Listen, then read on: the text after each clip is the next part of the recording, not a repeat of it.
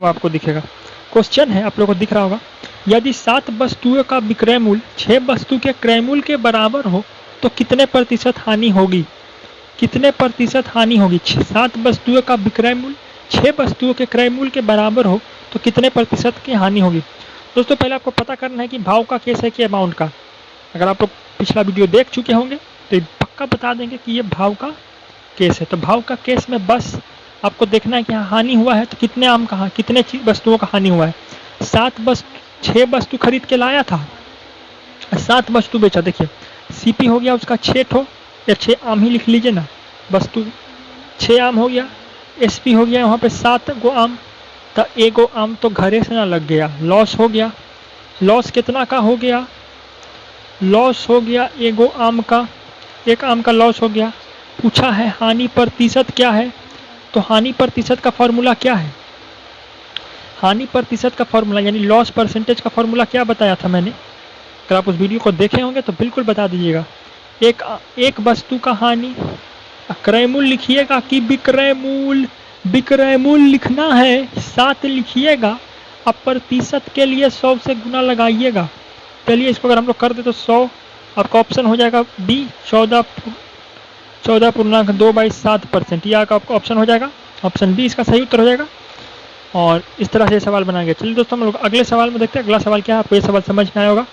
दोस्तों बस आपको देखना है ना कि सवाल लाभ अमाउंट का है, अमाउंट वाला केस है कि भाव वाला केस है। अगर अमाउंट वाला रहा तो फॉर्मूला पता है आप लोग को, भाव वाला का भी पता है। चलिए दूसरा सवाल देखते हैं। चलिए दोस्तों दूसरा सवाल हमारा है, आज सब सवाल चेक करके लाए हैं, कल एक सवाल छूट गया था, आज सब चेक किए हैं। दोस्तों देखिए सवाल है कि एक वस्तु को 450 रुपये में बेचने पर दुकानदार को 25% हानि होती है, वह इसे किस मूल्य पर बेचे ताकि उसे 25% लाभ हो? क्वेश्चन दिख रहा होगा आप लोग को, 25% लाभ हो, ये आपसे पूछा है। 450 में बेचने पर दुकानदार को 25% हानि होती है। दोस्तों देखिए सबसे पहले अगर हम बेसिक से बात करें आपको इन सब सवालों के लिए, तो देखिए कैसे बनता है सब सवाल। आपका जो कुल होता है ना 100 होता है, कुल जो आपका विक्रय मूल्य होता है वो 100 होता है। आप इस तरह से समझिए, अगर इसी पे आपको अब निकालना है कि लाभ हुआ कि हानि हुआ। अब देखिए लाभ होगा तो इसमें जोड़ के, हानि हुआ तो 100 में घटा के, ना समझे, रुकिए ना, भागते कहाँ है। 100 में अगर आप जोड़िएगा 25, अगर समझिए आपको बोला 25% है तो हानि बोला है, अगर बोलता कि 25% लाभ है तो 25 जोड़ के 125% निकाल देते तो पता चल जाता कितने में बिका है। जैसे कि देखिए आपको सवाल यहाँ दे दी कि किसी चीज़ को 10 रुपये में खरीदा गया, उसको 10% के लाभ पे बेच दिया गया, 10% के लाभ के। दोस्तों इसको समझिएगा, ध्यान दीजिएगा, 10% के लाभ पे बेच दिया गया। अब फिर आपसे पूछ दे कि 10 में खरीदा और 10% के लाभ में बेचा था, बताओ कितने में बेचा? कुछ नहीं करना है, 10 का 110% निकाल देना है। 10 का 110% निकालिएगा तो 11 आ जाएगा, यानी 11 रुपये में बेचा है। चलिए दोस्तों इस तरह से होता है। अब देखिए अगर आपको बोले कि किसी वस्तु को 10 रुपया में खरीदा, उस पे उसको 10 रुपया का हानि हो गया, तो बताओ कितने में बेचा? तो 10 का 10% ना, 110 ना, इस बार 100 से घटाएंगे, हानि होगा तो घटाएंगे, नुकसान होता है तो घटता है, तो 100 से घटा देंगे तो 90% निकाल देंगे। 90%, देखिए यहाँ पे 90%, यहाँ 90% निकालेंगे, 10 से ही 10 कट गया, आई 9 कट गया, यानी 9 रुपया में बेच दिया।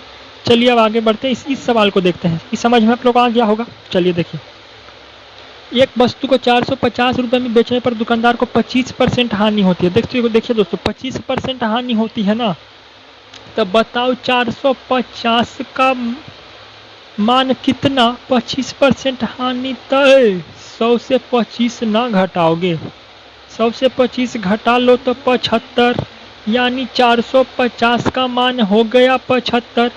वह इसे किस मूल्य पर बेचे कि उसे 25% लाभ हो?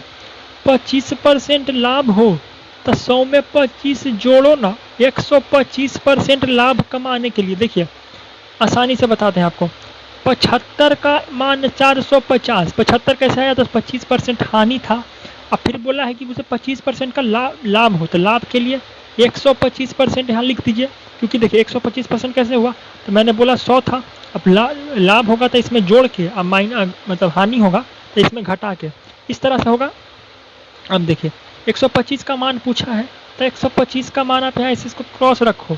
अब देखिए कैसे बनेगा, क्वेश्चन को सिर्फ देखिएगा, 450 इंटू 125, वो जो इक्वेशन लिखे थे यहाँ पे 450 का मान 75, तो आपको 125 का मान पूछा है, उसी तरह से बनेगा। देखिए 450 इंटू 125 और नीचा में 75, ये हो जाएगा 5 बार में, ये कट जाएगा 3 बार में, 15 बार में, 750 कहाँ है रे भाई, ऑप्शन बी 750। देखिए 750 रुपया में वो बेचेगा तो उसको 25% का लाभ हो जाएगा, 25% का उसको लाभ हो जाएगा 750 रुपये में बेचेगा। तो चलिए तीसरे सवाल की ओर बढ़ते हैं, देखते हैं हमारा तीसरा सवाल क्या है। दोस्तों कोई ज़्यादा हार्ड एग्जाम नहीं पूछता है रेलवे के एग्जाम में। रेलवे का एग्जाम में आपको इजी क्वेश्चन पूछेगा, सिर्फ टाइप आपको याद रखना है। एसएससी का भी एग्जाम में अगर एसएससी आप सीजीएसएल दे रहे हैं, यानी कि 12वीं पास के बाद वाला एग्जाम, ज़्यादा हार्ड क्वेश्चन नहीं पूछता है। कुछ चैनल वाले आपको अपने कोर्स खरीदवाने के लिए वो क्या करते हैं कि आपको कुछ हार्ड क्वेश्चन दिखा दें, ताकि आपको लगे कि नहीं, ये चैनल पे अगर हम कोर्स नहीं खरीदे तो फिर हमसे एग्जाम क्रैक नहीं होगा। वैसा कोनो बात ही नहीं है, सब कोर्स नहीं खरीदता है, सब ऐसे ही पास हो जाता है। चलिए देखिए, आपसे पूछा है एक हीटर को 840 रुपये में बेचने पर दुकानदार को 4% हानि होती है। हीटर का क्रय मूल्य, अच्छा ये थोड़ा सा क्वेश्चन ढक गया है इधर लगता है। अच्छा हीटर का क्रय मूल्य कितना है, ढका नहीं था। हीटर को 840 में बेचने पर दुकानदार को 4% हानि होती है। हीटर का क्रय मूल्य कितना है, अरे अभी ना बताएं कि जब हानि हो तो 100 जो टोटल है उसमें से 4 को घटाएंगे, क्योंकि हानि हुआ है, लाभ होता तो जोड़ देते।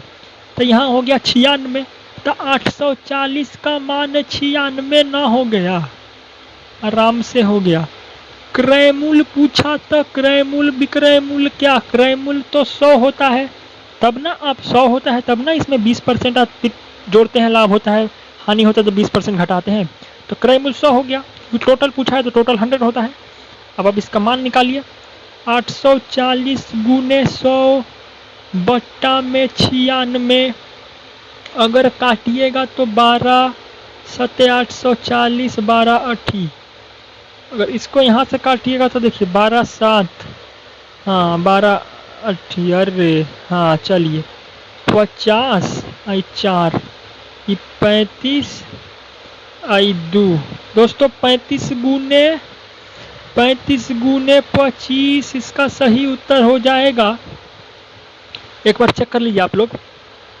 35 गुने 25, 25 5 3 15, 175, 5 दूना 10, 1 3 2 6 7 1 6। दोस्तों उसका उत्तर हो जाएगा 675। चलिए 675 रुपये इसका उत्तर हो गया। आप लोग समझ गए होंगे कैसे हुआ, क्योंकि जगह बहुत छोटा है इसीलिए कैलकुलेशन करने में दिक्कत होता है। चलिए चौथे सवाल पे बढ़ते हैं, और इसका उत्तर हो गया आपका 675 रुपया। दोस्तों अगर कोई वीडियो अच्छा लग रहा हो ना तो इसको प्लीज़ एक बार लाइक कीजिएगा। लाइक करने से ना आपको पैसा लगता है ना हमको पैसा मिलता है, बस एक हौसला मिलता है।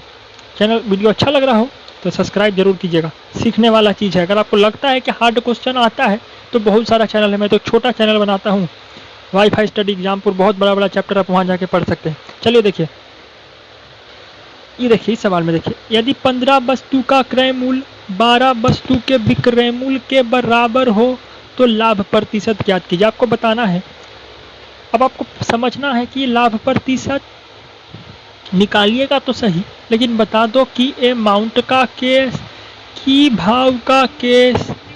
अरे भाव का केस क्यों, क्योंकि अमाउंट का चर्चा नहीं हुआ इसीलिए ये भाव का केस हो गया। अब देखिए आपको देखना है कि इसमें हानि हुआ कि लाभ हुआ, तो लाभ दिया हुआ है, आपको पूछा लाभ प्रतिशत, लेकिन एग्जाम में आपको लाभ प्रतिशत नहीं देगा, आपको पूछेगा लाभ निकालिए या हानि प्रतिशत। आपको समझना पड़ेगा, ऑप्शन में दोनों दिया रहेगा कि 4%, अगर 4% उत्तर हुआ तो 4% लाभ और 4% हानि, इस तरह से दिया रहेगा। तो आपको समझना है कि लाभ हुआ कि हानि, यहाँ तो दिया हुआ इसीलिए आप समझ गएंगे, एग्जाम में नहीं दिया रहेगा। यदि 15 वस्तु का क्रय मूल्य, तो क्रय मूल्य कितना, यानी CP कितना 15, SP कितना तो 12, लाभ प्रतिशत पूछा है। देखिए इसमें लाभ कैसे हुआ मैं बताता हूँ। 15 ठो खरीद के लाया लेकिन 12 को बेचा, यानी अगर 10 रुपया में 15 खरीद के लाया और 10 रुपये में 12 को बेचा, लेकिन 3 को तो घर में रख लिया, घर में बचा लिया, तो उसका लाभ हो गया यहाँ। अब देखिए इसमें निकालिए कि उसका लाभ प्रतिशत कितना है। तो लाभ प्रतिशत का नियम क्या, कितना का लाभ, 3 का, क्या लिखिएगा 15, 9, 12। अब प्रतिशत के लिए 100 से गुना लगाएंगे, इसको काट दूंगा, ये हो जाएगा 25% लाभ। 25% लाभ हो गया। दोस्तों अगर आप ये क्वेश्चन समझ गए हैं तो इसको एक बार वीडियो को रोक के बनाने का कोशिश कीजिएगा, क्योंकि यही है मैं आपको समझाने का मोटिव था आज के वीडियो में कि आप अमाउंट और भाव का केस ये दोनों को समझ जाएं ताकि आप एग्जाम में गलती ना करें। दोस्तों अगर आप बहुत बड़ा बड़ा क्वेश्चन कर लेना, बहुत बड़ा बड़ा क्वेश्चन भी कर ले और ये बेसिक चीज़ अगर आपको नहीं पता चला कि अमाउंट का केस क्या है, भाव का केस क्या है, तो एग्जाम में आपसे कितना भी बड़ा क्वेश्चन कर ले नहीं हो पाएगा। यही बेसिक चीज़ है दोस्तों, इसको आपको समझना होगा। दोस्तों आज के वीडियो में तो शायद इतने ही 4 ही क्वेश्चन था।